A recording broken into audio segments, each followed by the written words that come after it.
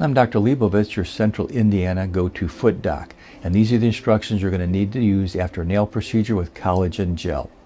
These instructions are very simple but very important, and they're going to make the healing as easy and as fast as possible. Whenever we remove a nail, the nail bed is going to drain a lot, especially for the first 4 to 7 days, then it's going to decrease over probably the next 2 to 3 weeks.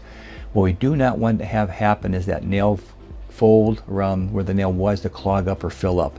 The drainage, if left open, will turn into a jelly, then it turns into a cement, and both of those are problems. Our goal is a very clean and open border that's going to give you the quickest healing time without problems. Now, soaking will begin the very next day after the procedure.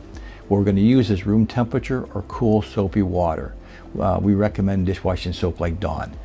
Stay away from the citrus scented soaps. They can cause some burning. Now we're going to demonstrate how to do this in just a moment. We're going to be using as a collagen gel. And this will reduce your time it takes to care for this by 50%, both on a daily basis and total healing time. The advantage of this is very easy application. The Helix collagen is one of the most cost-effective collagens out, and it will absorb about 40 times its volume in fluid, which is very good for a high draining area. As it absorbs and drains, it also creates a framework, kind of a scaffolding for tissue to grab onto and heal, and that's why it heals so much quicker.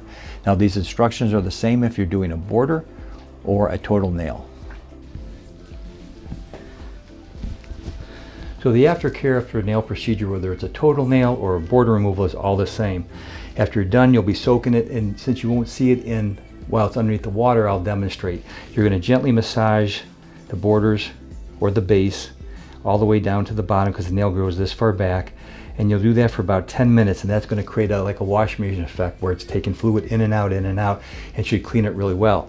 Once you're done with that, for 2 minutes, you're going to take a Q-tip and just gently spin it so it opens up those grooves.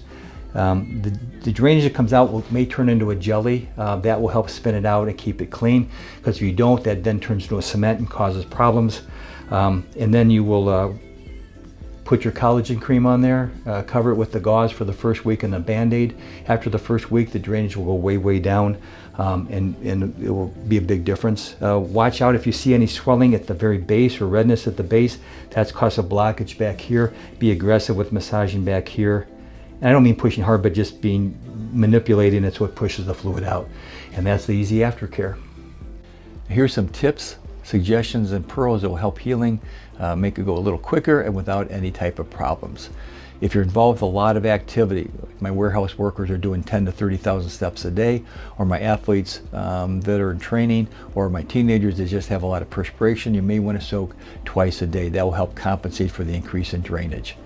Use the cloth Band-Aids that came in the kit. They're a knuckle Band-Aid for the big toe, kind of an H shape, and do really well for that. Do not use plastic Band-Aids. The peak time for problems is about a week, and that's due when the drainage kind of maxes out, and that's when we want to see you back. If it goes much longer than that, the chance of it being blocked and cause problems with either delayed healing or limitations of activity go up. It will take 2 to 3 weeks for the nail to dry out, depending if it's a total nail or a nail border. If it's a nail border, after it dries out, it's probably another 2 to 4 weeks before the skin migrates towards the nail, so you cannot tell anything's been done. Now, chlorinated water is good, such as pools. Open water, such as reservoirs, creeks, and rivers, are not so good and can lead to increased infection and delayed healing. Showers do not count as a soak. Second time arounders, if you have problems on one side, kind of watch for the same problem on the other side. The incidents are pretty good. It tends to go easier and quicker because you know what to do. Now, delayed healing is generally responsible as a response to poor vascular or poor nutrition. As vascular goes, nicotine use and Raynaud's affect small vessels, can really limit healing, so we may expect 1 or 2 more weeks delay on the healing from that. The other thing to watch for is repetitive trauma, such as large dogs and small kids stepping on your foot. That will lead to some delayed healing also. So that's what you need to know for post-operative care for a nail procedure. If you learned something new, hit the like button. If you want to get some content that will put you to sleep at night, hit the subscribe button. I'm Dr. Leibovitz, your Central Indiana go-to foot doc.